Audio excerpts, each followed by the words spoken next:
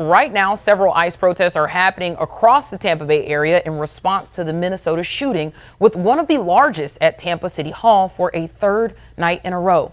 That's where we find 10 Tampa Bay News reporter Annie Krall live. She's heard from law enforcement and activists about these demonstrations. Annie?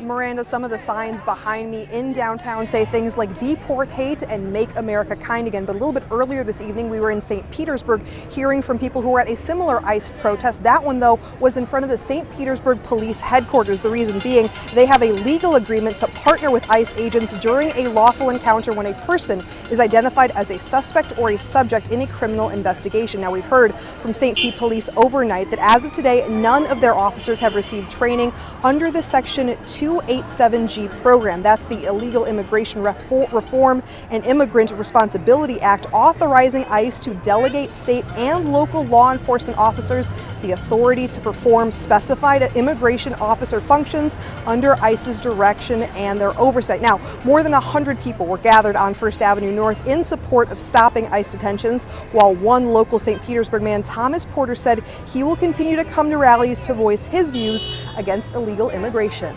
We thought it's unacceptable that we are still in an agreement with the same force, ICE, that murdered an innocent woman, just shot her like cold-blooded in the street because she was trying to defend immigrants in her community by reporting ICE illegal activities. There are a lot of people who really...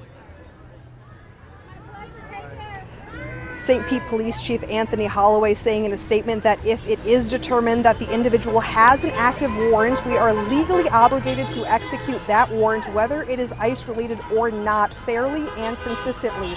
We are not seeking, nor do we receive funding to support ICE operations. Now, many of the attendees, both in St. Petersburg and here in downtown Tampa, tell me they will continue to gather until they feel that their voice is being heard. There is going to be another demonstration and a vigil for anyone who's being detained by ICE or who has lost their life. That's going to be outside the Pinellas County Justice Center on 49th North Street, and that one's going to be starting at 3 p.m. for both the vigil and the demonstration. Reporting live in Tampa, Annie Krall, 10 Tampa Bay News.